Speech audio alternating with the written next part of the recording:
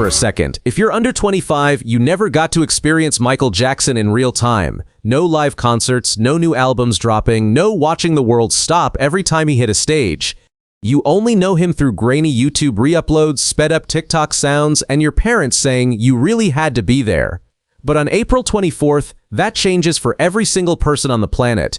The biggest biopic of the decade is finally here, and it's about to reintroduce the king of pop to a generation that never got their chance. Before we dive deeper, please subscribe to this channel in order to receive more content like this. Let's get back in. Here's something wild to sit with. Michael Jackson passed away in June 2009. That means anyone who's 22 right now was only 5 or 6 when he died.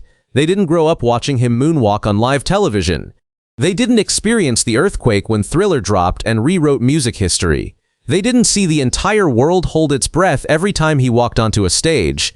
What they got instead were pixelated clips, 10-second TikToks, and maybe a parent's scratched CD in the glove compartment.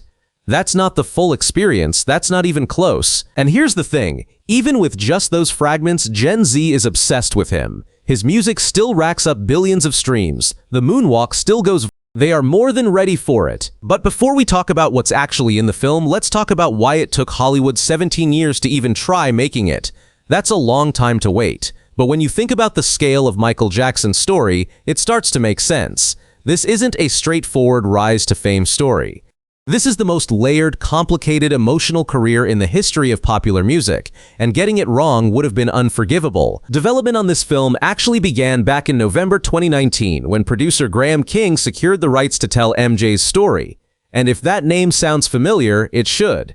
Graham King is an Oscar winner for The Departed and the same producer behind Bohemian Rhapsody, the Queen biopic that became one of the highest-grossing music films ever made. So this isn't someone who stumbled into this project. He knew exactly what he was doing.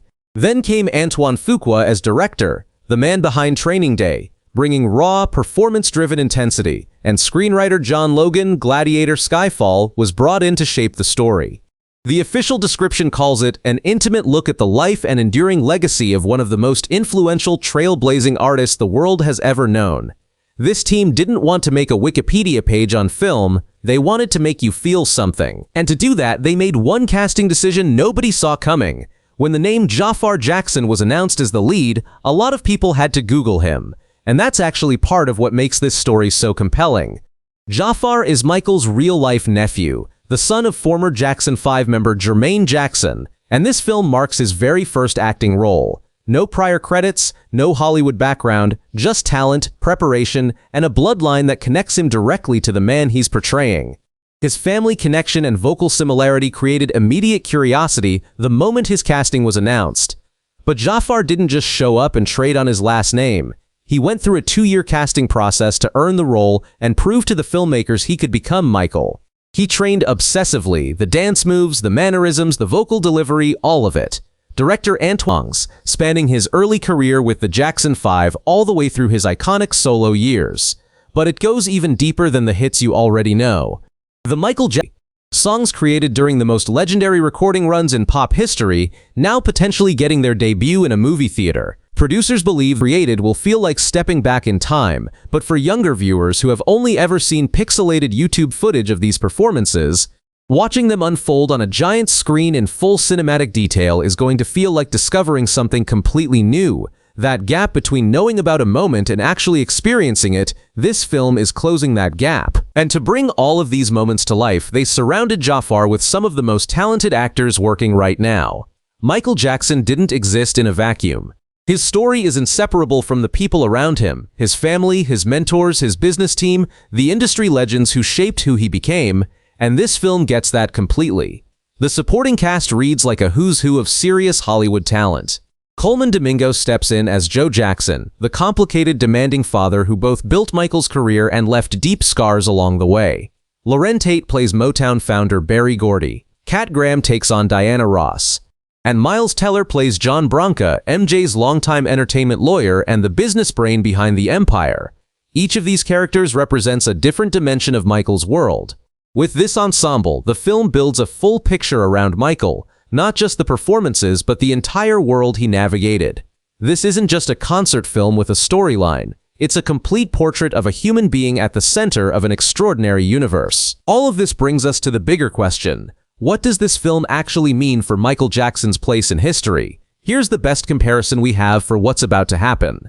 When Bohemian Rhapsody came out in 2018, Queen wasn't exactly forgotten, but they weren't dominating the cultural conversation either. Then that movie hit theaters, and suddenly Queen was everywhere again. Younger people who had never really sat down and listened to them became obsessed overnight. Streams exploded, vinyl sold out. Bohemian Rhapsody, the song, hit the charts again decades after it was first released. Bohemian Rhapsody went on to become the highest-grossing music biopic in history, earning nearly $1 billion worldwide. And the Michael movie is being built with that same blueprint by the same producer. Now apply that to Michael Jackson, an artist whose catalog is already bigger, whose cultural footprint is already wider, and whose new audience is already hungry for more. The streaming numbers are going to move, the vinyl pressings are going to sell out. Songs that younger people only half knew are going to become their new obsessions. Early box office projections already have Michael heading for a $55 million plus opening weekend, which would set the all-time record for a musical biopic.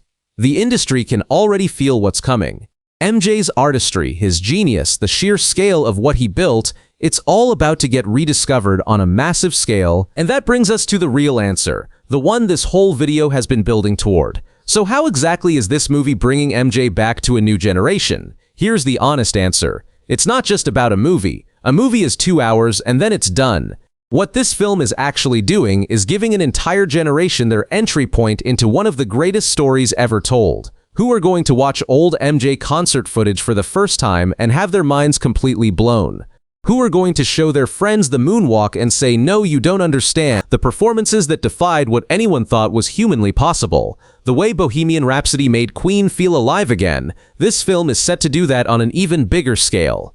The king of pop never really left. The world just needed the right moment to remember. April 24th is that moment. If you have enjoyed this video, make sure to hit that like button and subscribe to see more content like this. See you in the next one.